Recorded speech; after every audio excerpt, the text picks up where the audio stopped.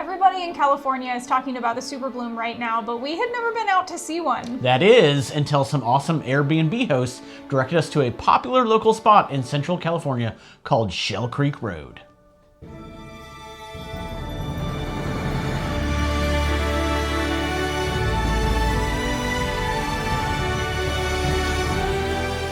I'm Phoebe. I'm Adam. We're the couple behind In the Great Wide, and we spent Adam's birthday in April. We spent the weekend exploring Central California. It was fantastic. It included Monterey, Paso Robles, San Simeon, and Atascadero. We say Paso Robles like that because we've always said Paso Robles. That's not how the locals say it, and we like to be local, so Paso Robles it is. But we found an awesome Airbnb at an amazing deal in Atascadero with some of the nicest hosts we have ever had the pleasure of staying with. Yeah, John and Jean are amazing. Absolutely amazing. Yeah, I'll put a link in the description of this video if you want to go look at and book their Airbnb because we really, really enjoyed it. Yeah, about the time that it came time to get back to LA, we were getting ready to leave Atascadero, our host suggested we check out the Wildflowers along the way. Yeah, and Shell Creek Road is a very popular spot amongst the locals up there. We had never heard of it, but apparently it's a pretty well-known spot. Yeah, they had actually warned us that there would probably be a lot of people up there, so don't expect to have it all to yourself. Yeah, they were trying to tame our expectations, I think. But they said you'll know when you're there because there will be a ton of other cars. There was. Yeah. Yeah. Well, yeah. Yeah, it's about a 30-minute drive east of Highway 58 from the small town of Santa Margarita, which is just off the 101 between San Luis Obispo and Paso Robles. For those who are not as familiar with California, it's about 200 miles northwest of Los Angeles. Yeah, it's about halfway between San Francisco and LA, that whole area. So yeah, it's going to be about 200 miles each direction. So. Yeah.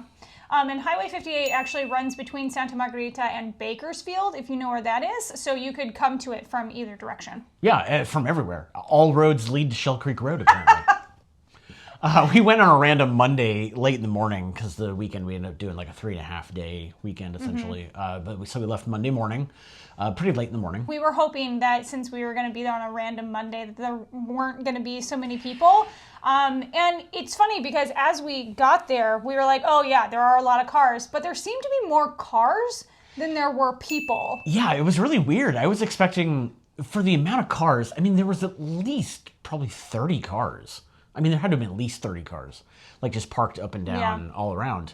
And plenty of traffic coming by, coming and going. But we maybe saw a dozen people when we were walking around.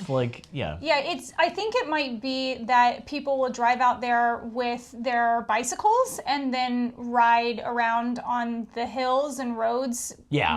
Like that, and then just come back to their car. So if there are a ton of cars there, it doesn't necessarily mean that you're going to see a ton of other people. You'll see some, but not... I'm pretty sure that behind Shell Creek Road, where we were and where all the footage you're seeing is, I'm pretty sure if you go over that hill, there's a ton more wildflowers. Yeah. Yeah. But there was a small parking area next to a small creek, which I assume was Shell Creek, because that would make sense. That would make sense. Yeah. Technically, it's private property, but the owners leave it open to the public so everyone can enjoy the wildflowers. However, that could change in a heartbeat if people don't respect the paths and end up trampling the flowers. Yeah, that is the biggest problem every time there's a super bloom. People get really excited about going out to take pictures, and they'll go walk or sit or have a picnic on top of the flowers and trample them.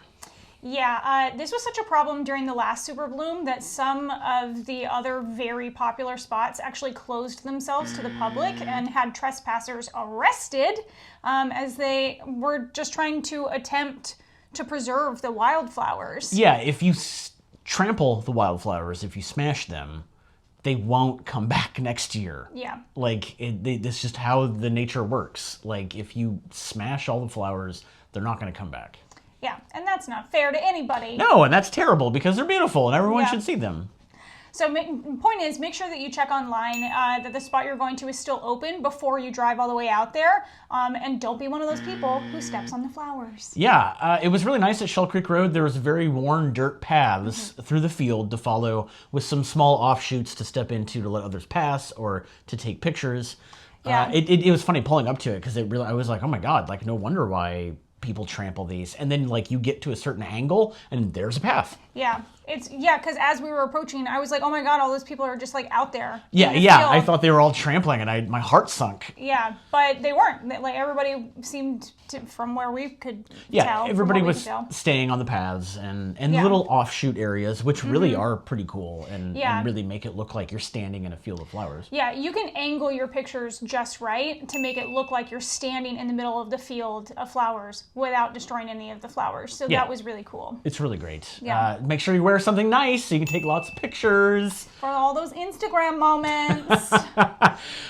In this field, it was mostly yellows, a lot of yellow. I don't even know what kind of flowers they are, but they were yellow flowers. So, but there were also patches of orange, like the poppies, the orange poppies. That's our state flower here in California. And there were a few purple and blue wildflowers mixed in too, but mostly yellows. The wildflower aroma was very strong, but very pleasant. When you go lean down to like you can get like a foot away and it's like, whoo, okay. Yeah.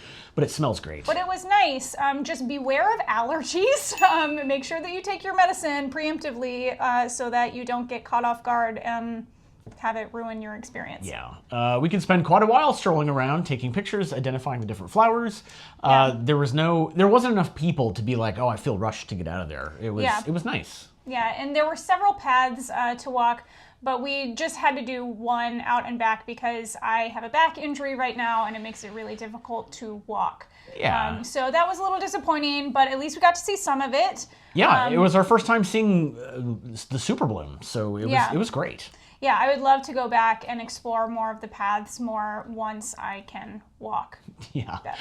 The area doesn't always look like this. It actually doesn't even look like this every spring. No. Yeah, if you look at it on Google Maps, like the satellite images, it just shows the field as brown and very dead looking. Yeah. So it only looks like this during the super blooms. Yeah, and how often the super blooms happen is really unpredictable.